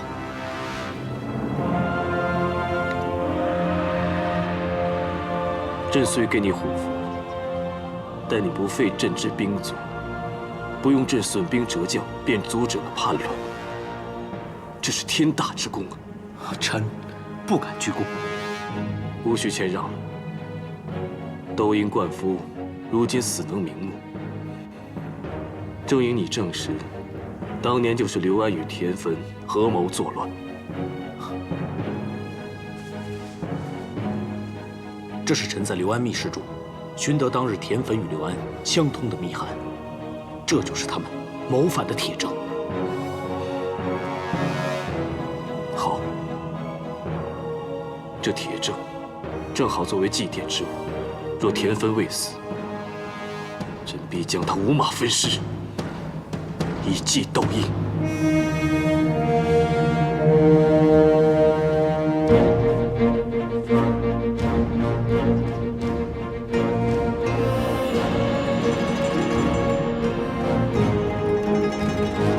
窦婴，当日田汾暗施诡计，你不得不因伪造圣旨而无辜枉死。目前只有臣死，让田汾以为陛下相信是臣诬告他，而疏于防范，也好让陛下趁机找出他的罪证，以便吞并不法，一举铲除田汾及其合谋一党。臣恳请陛下原窦婴必死之志。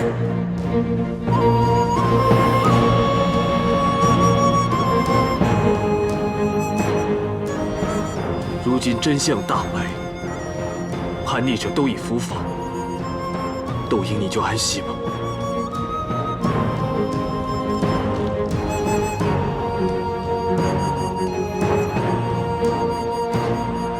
淮南已肃，位告英灵。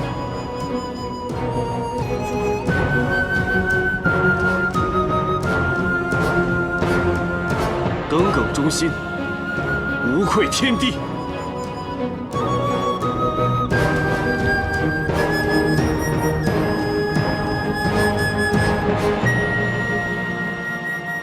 窦洪，朕今日还有一事。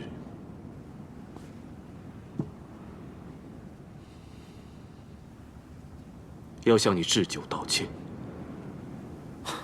道歉？陛下，这是所谓何事？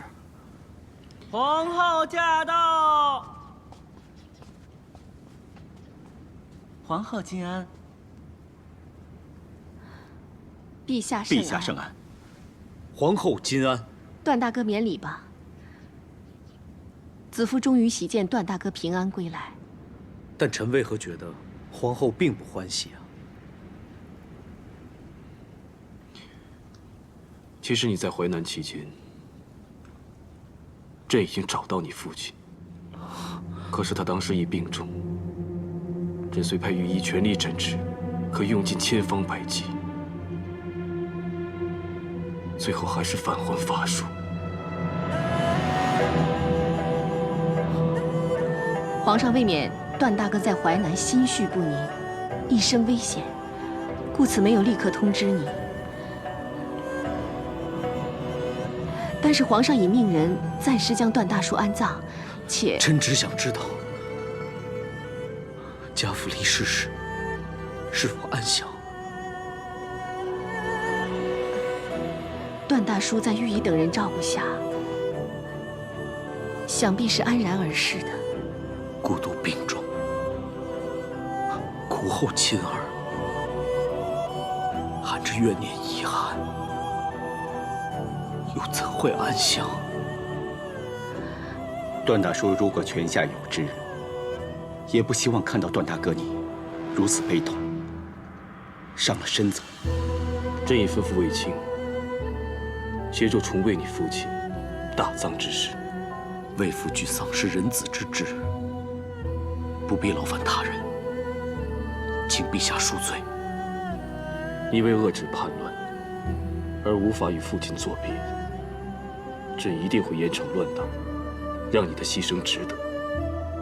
你在淮南立下大功，朕会先复你郎中令原职，待淮南余党及衡山王叛党权倾剿后，再做封赏。平乱一事，臣不敢居功，难以领受封赏，也不必官复原职。皇上，张功臣已表率天下，段大哥无需自谦而惧赏。况且，你贬职只是为了平乱，如今叛乱已定，官复原职也是理所当然了。臣身为人子，与父失散多年期间，未能晨昏定省，临终竟也不能尽孝，心中有愧。陛下，臣妾有一句话，不知当说不当说。但说无妨。臣妾以为，段大哥确实有过，不能封赏。大汉以孝立国，推崇孝道，立身行道，扬名于后世，以显父母，孝之终也。段大哥曾居高职，却未令段大叔显名显贵。陛下如果让段大哥重居高位，恐怕只是更招其害。段宏未能弑父，确实不孝有过，不应接受封赏。但他平定叛逆，忠君有功，朕也不能不赏。既然如此，陛下何不将功归于段大叔，为其建功德祠？陛下既能赏功，段大哥也能尽孝，让段大叔显名显贵。父亲生前，臣未能尽孝，臣只求父亲死后荣耀，望陛下成全。段中教子有方，让朕得绑臂段宏，堪配其名。下旨，此段中功德祠，让他名显天下，万世传颂。谢陛下隆恩。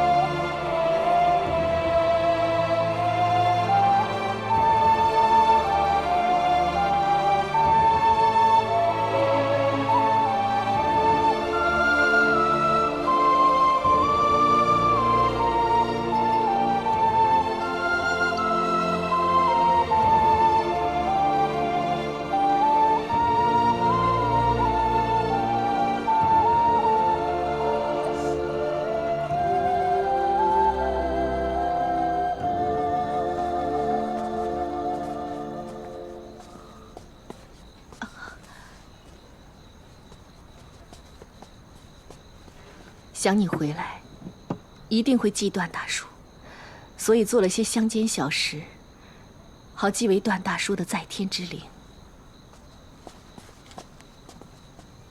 菜老馍、葵祖羹，还有豆叶羹，皇后还记得我父亲常吃这些。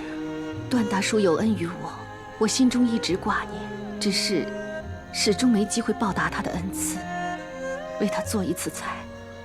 此生无缘，我又是鲁钝，父亲多番指点，我就是学不会吹嘘。后来学会了，想吹给父亲听，可已经失散了。到如今，阴阳两隔。段大哥，夜依旧，曲依旧，月色也依旧，只是物是人非，听训的人都已经不在。子夫未能助你们父子团聚，子夫对不起你。我要谢谢你，你亲做这谋划，让父亲盖棺上天，我感激不尽。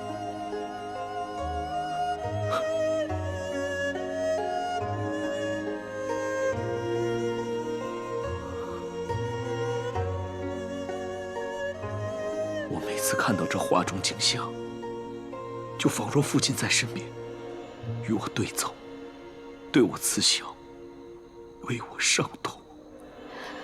段大哥，你的训声，你的孝心，你的眼泪，段大叔一定看得到，也听得到。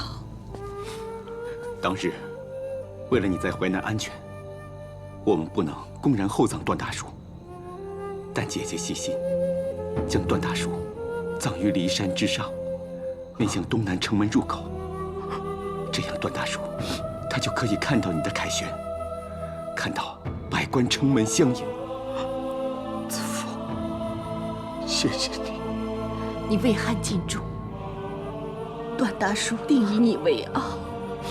段大哥，段大叔此时为你喜，也会因你的伤心而悲。为了他，你要振作，抖擞精神。我会的。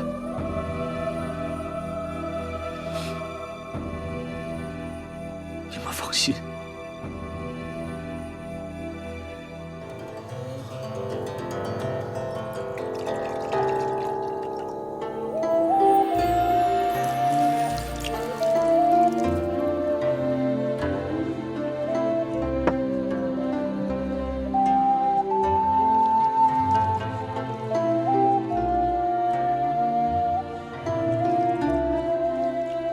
有皇后和大将军在，就不用朕再劳心了。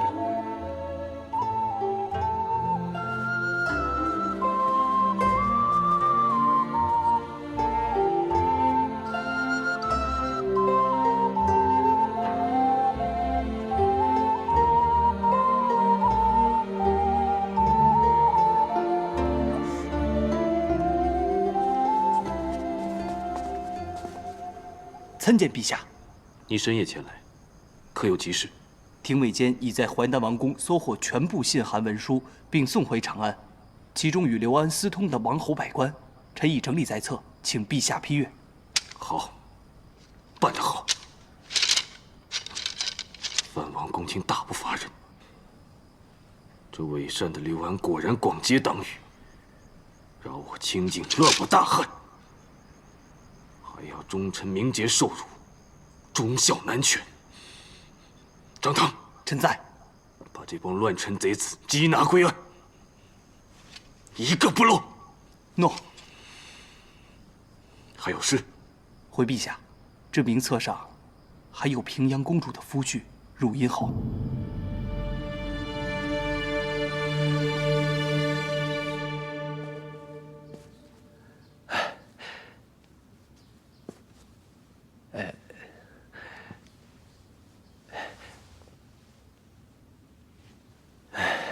夫人，听思和说，你近日有些微咳，需不需要严医诊治啊？君侯今日怎么有空来关心我了？公主啊，你是我的夫人，我怎么能不紧张？我怎么能不关心呢？你整日待在府中，这没病，也都快憋出病来了。要不，我陪夫人出去走一走？那我们就去长安吧。夫人定是想家了。好啊，我们就去长安。夫人去哪里，我就陪你去哪里。是你陪我，还是我陪你呀？夫人，真是耳聪目明啊。最近皇上正查办淮南乱党，你与刘安亲信，交往甚密，想到长安去表忠心，我又怎会不知道？先前是为父无知啊，我和他们，不，我跟那些叛党完全没有交情。叛乱一事，我更是一无所知。夫人，千错万错，为父可都知错了。我也受心养性了，以后你不喜欢的人，我全部都不理。还有什么那些琴瑟消敌，我全部都扔掉。还有那些歌姬舞伎，都赶出府。是吗？你舍得吗？有贤妻如此，足矣呀。还有什么舍不得的？夫人，可要保重身体啊！哎呀，你病了这几日，为夫确实寝食难安呐。夫人，我差人准备回长安。你不是刚叫我要保重身体？咳嗽还没有痊愈，怎经得舟车劳顿？哎呀，是，万一落了病根儿，这为夫罪过可就大了。哎，夫人，先休息，先休息，待夫人痊愈，我们再启程，啊。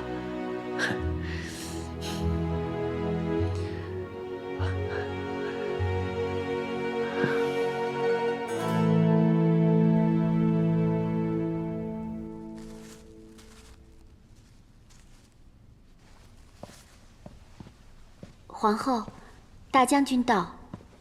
姐姐，快坐。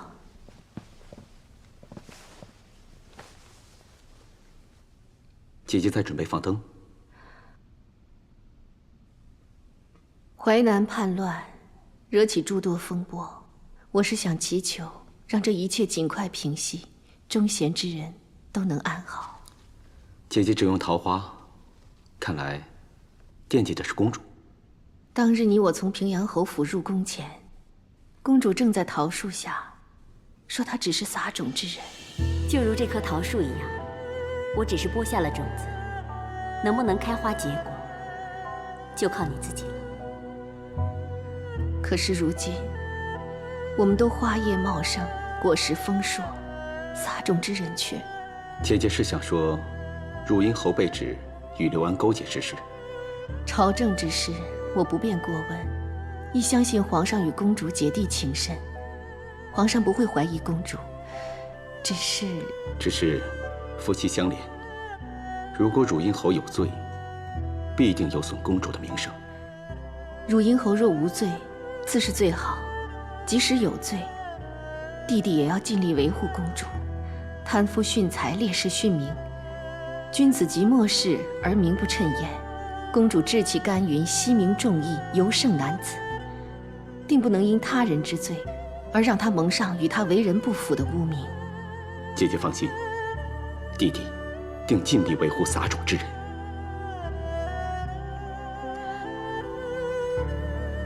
陛下，张汤已把长安内外、封疆各郡与刘安勾结的皇族公卿们，都一一逮捕查审了。张汤执法已严，无需你出兵平定，这就最好。叫你来，正因为长安危机已过，可以解除严密戒备，恢复平常防卫，兵士也可按常请告轮换。臣遵命。陛下，平阳公主与汝阴侯求见。终于来了。宣。诺。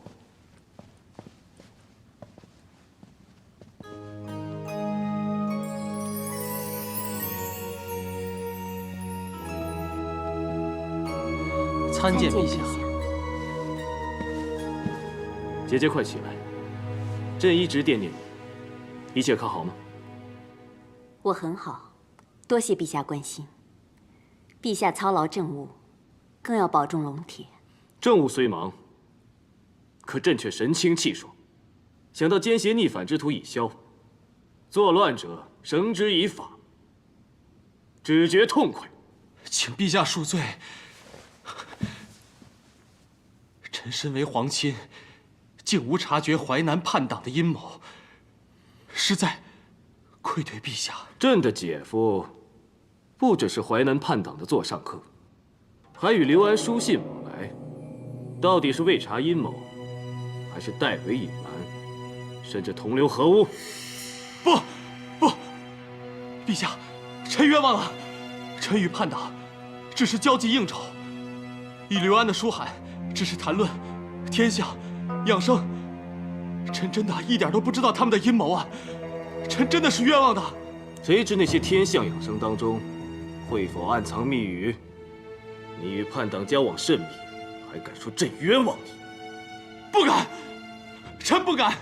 公主知道臣是清白的，臣与他们只是饮酒赏花，做了应酬，从未议事论政啊。夫人，你说句话呀！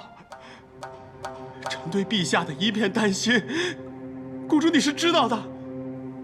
我不知道，陛下，他的心我不知道。陛下，我只是知道，他经常穿梭淮南汝阴，与刘安亲信吃喝玩乐，其间有否筹谋作乱，我不知道。反正我有我诗集书句，他有他烈焰风凛。我耳畔仿佛回想着他当日的一番话。如果见到俏丽佳人在他的马车上，又或者在床榻上，劝我都不必惊讶，因为他与我各不相干。好一个夏侯伯！当初在长安，你不顾公主，独自去受礼，朕召你入宫训话，你都忘在脑后。臣没有忘啊。当初朕说，若敢辜负公主，你会如何？如何？小爵处死。原来当日求我回汝阴，那些真挚感人的话，都是为了保你性命。可你明知故犯，看来你眼里也没有朕。不，否则怎敢如此对待公主？怎敢与刘安狼狈为奸？陛下饶命！来人！陛下饶命！陛下饶命！把夏侯颇拉下去处斩！陛下饶命啊！夫人，救我呀！夫人，你向皇上说几句好话啊！你替夫君说几句好话！我是冤枉的，是真的。为夫以后一定对你好，伺候你一辈子。为报性命，连尊严骨气都不顾，你枉为男子，枉生于世。公主，慢着！请陛下收回成命。汝阴侯不能杀。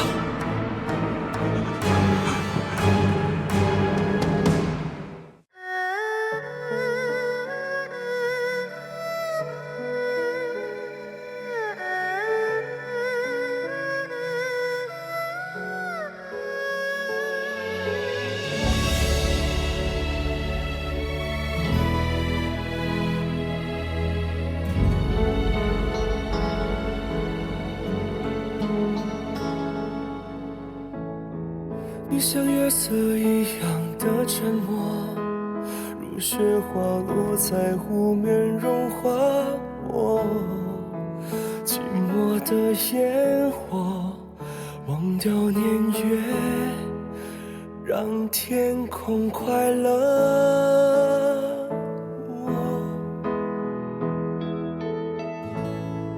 你是夜里温柔的颜色，静静地投影在我的轮廓。也许我让你心如刀割，等一个结果。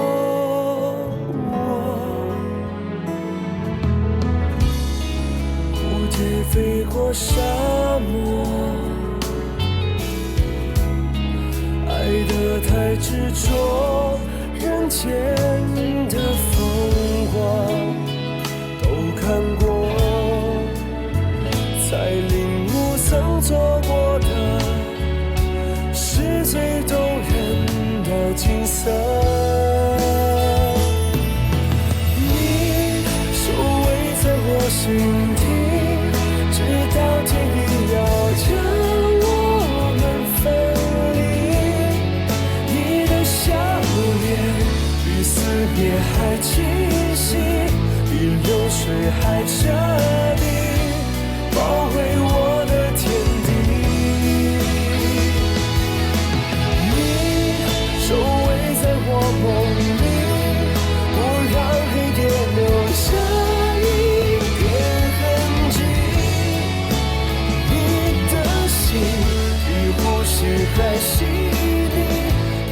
血的气息，熟悉我的回忆。